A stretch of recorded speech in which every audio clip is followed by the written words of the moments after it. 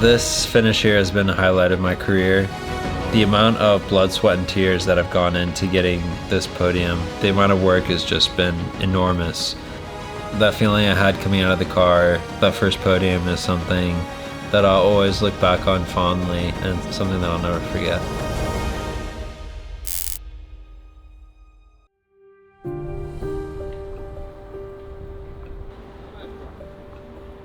Anything I've ever done in my life, I've never been able to do it halfway. Everything's all or nothing, full effort. I always want to be the best at whatever I do and find my limits.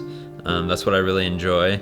And I talk about burning the boats. That's been my quote of the year this year. And well, the boats are truly burned at this point.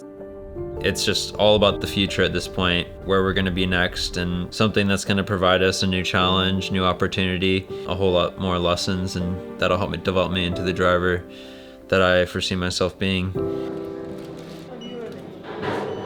Thank you. It was a bit of a rough start to the season. I think I put part of that down to bad luck. This season brought up a lot of unique challenges. I'd say we had bad luck in the sense of results. A lot of things just went wrong at the wrong time and quality, which kind of sets you up for the weekend.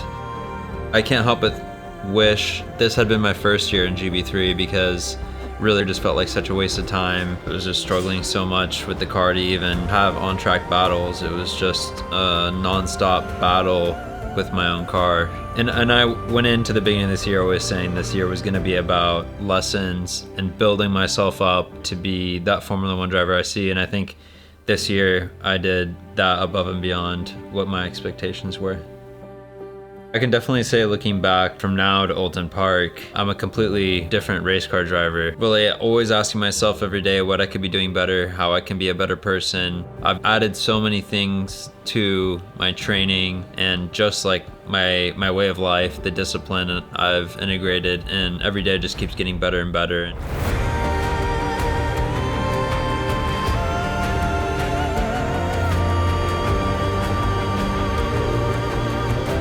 Out of everything this year, I think I've proved that I'm a fast and dependable driver, and that's all that matters at the end of the day. You know, so it's really tricky being a race car driver, making your way up the ladder. There's a lot of different paths you can take, and no one has the right answer. Changes year by year depending on which series are strong, which series have new cars, how strong the grids are themselves. For me now, it's a bit of an awkward position, because you have GB3, you know, it's a great series and I've learned a ton from. They're getting a brand new car next year, which looks incredible. On the other hand, I've done GB3 for 2 years. It's adding one new track that I haven't been to. Then you have Freca, which I would see as a sidestep. It kind of feels like you need to be on one of 2 or 3 teams to be super competitive in it. So that's tricky. And then you have Formula 3, which is considerably more budget and not much more racing, a lot less track time. Again, it's kind of like you need to be on one of 3 teams to really be competing for anything, and massive grids. So in my mind, when I looked at it, it was what's the best choice, and in popped in my mind Formula 2. The more I got talking to it with Rory, Johnny O'Connell, my parents, John Pratt, the more and more it's just sounded like that was the obvious choice and the right choice to make. Yeah, it's a big step, but no one's really gotten anywhere without taking big risks and big steps. Tourist photos check. So it just turned out that the best time to test out the waters in F2 happened to be this summer break, coming off a really good result at Silverstone. We got the opportunity to do it at Mugello, which is just gorgeous, but also what a trial by fire. New car, new track, but Mugello is super technical and not a lot of room for mistakes.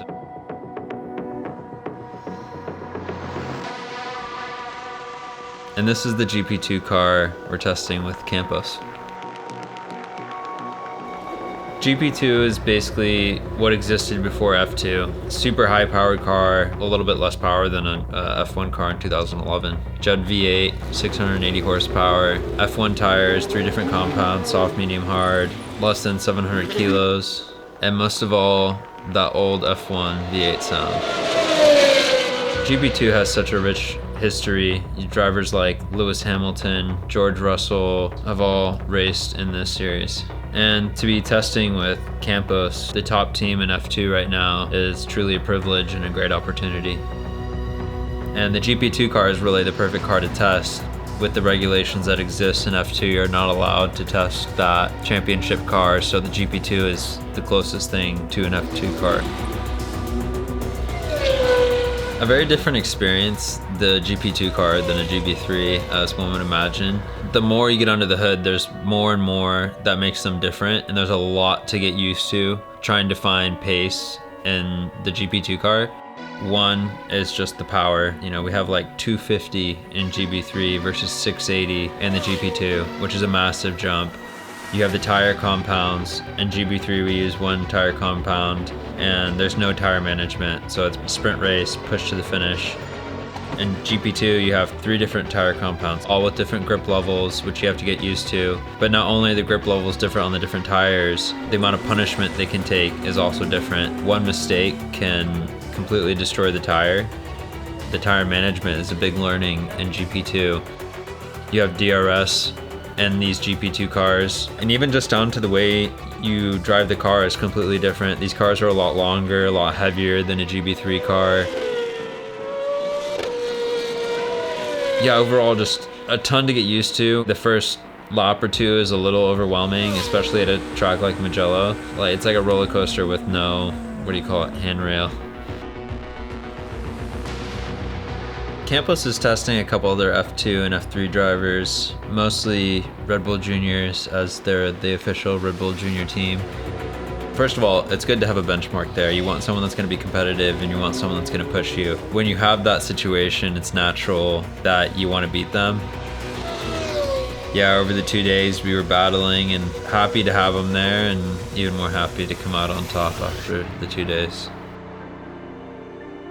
I think this 2-day test at Mugello has been a defining moment in my career. I pleasantly surprised a lot of people at the test. I know I'm a fast driver. Everyone on my team believes in me and knows I can do this, but it was a nice opportunity to kind of show that to people who don't know me. And to do it with arguably the best team in the ladder series, FIA ladder series, to F1, was a massive confidence boost. The team was super happy. Owner, engineers, mechanics, developed a really good repertoire with everyone, and really made me feel like, yeah, I can do this. And this is something that I definitely want to pursue now. That was like the litmus test, you could say, and it was a pass.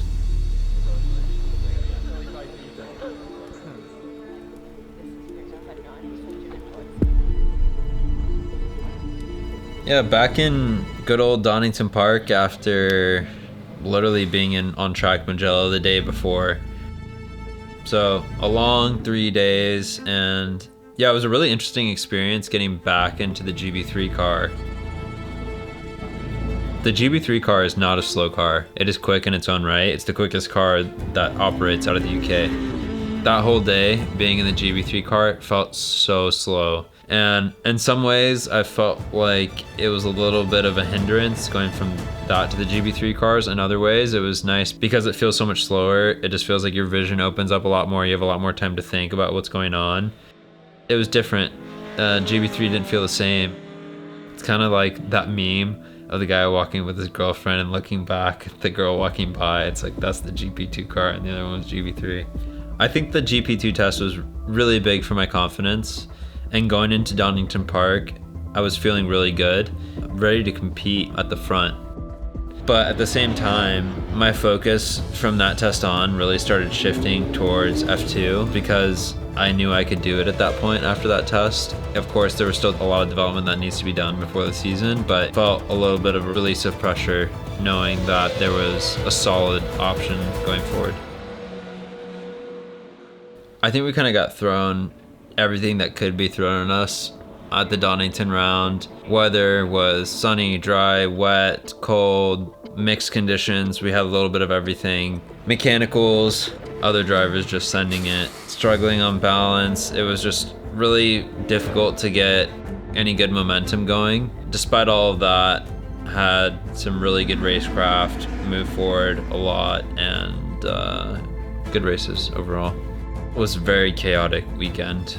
And that's just how feeder series are. When you're not at the very front of the pack and you get difficult conditions, it just gets messy. It's a little bittersweet leaving Donington. I've had a lot of success here in the past. It's traditionally been one of my more favorite tracks here in the UK, but this weekend was just chaos. Although we didn't exactly get the results we wanted or expected, I think there were still a lot of positives to take away from it in terms of racecraft and overall pace.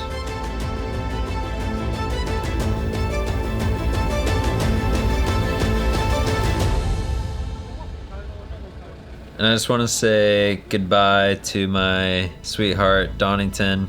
It's been a good 3 years, a lot of good memories.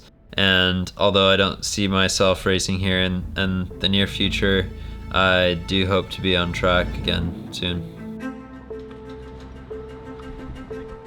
So we're back in the GP2. It couldn't have come quick enough. I was so excited to get back in this car.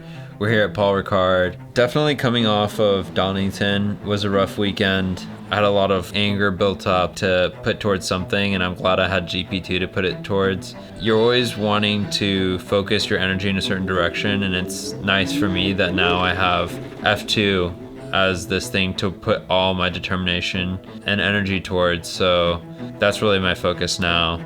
Paul Ricard, another beautiful circuit, just visually very stunning. It's unique seeing all the different colors and everything as you're going around, and luckily we got some really good weather while we were there too. Unlike Mugello, lends itself to mistakes because of all the runoff, so you feel a lot more comfortable testing the boundaries of the car without worrying about causing damage. Yeah, I'm just really excited. I learned a lot at Mugello. There was a lot of lessons, a lot of things to learn, but I adapted well and showed that I have the ability to soak up a lot of information quickly. So my goal here at Paul Ricard is just to get back in and keep the lessons coming and keep the studying going. Paul Ricard's, it's a unique circuit. Some really, really long straights, so you get some really high top speeds, and very different to what a lot of other tracks are. There's some corners that are kind of unique. It's a tricky track, but I think a good testing track. It was really good getting back into the GP2 car. I definitely missed it. Yeah, and it's just like a new challenge. So I was really excited to get back into something new and really get back into that learner's mindset and figure out that next level, what I'm capable of. Paul Ricard's a super cool track, which always helps. It's just difficult to enjoy a track when you're suffering so many mechanical issues, and unfortunately, these GP2 cars are 14 years old. They were never super reliable, even when they were being raced when they were brand new. And so you can imagine 14 years later with limited parts going around, a lot of stuff can and does go wrong. Motors leaking oil, throttle failures, brake failures, gearbox failures. Literally anything that could fail did. That resulted in very limited running. I'd say we got maybe a quarter of the time over the 2 days we were supposed to get. There was a lot of just build laps and out laps, so it was hard to even really learn a lot at the track, but that's the way it goes sometimes, and track time is still track time.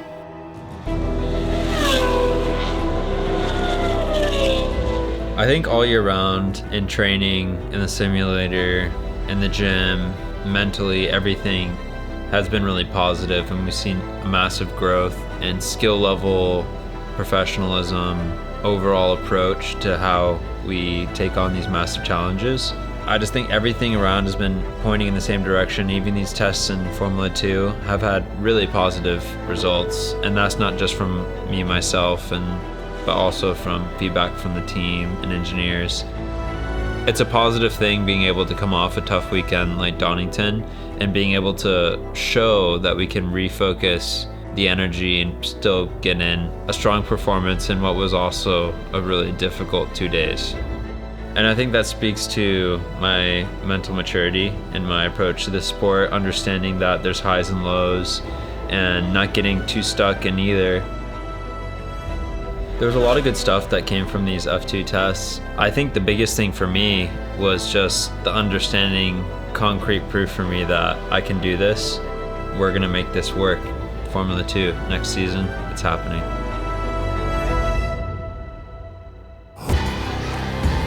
Right now, we're laying the groundwork for 2025, developing all the necessary skills and experience that come with track time. And I'm really grinding to present myself as the best candidate for these F2 teams. And I'm only getting started. Things are looking good for Formula 2 next year.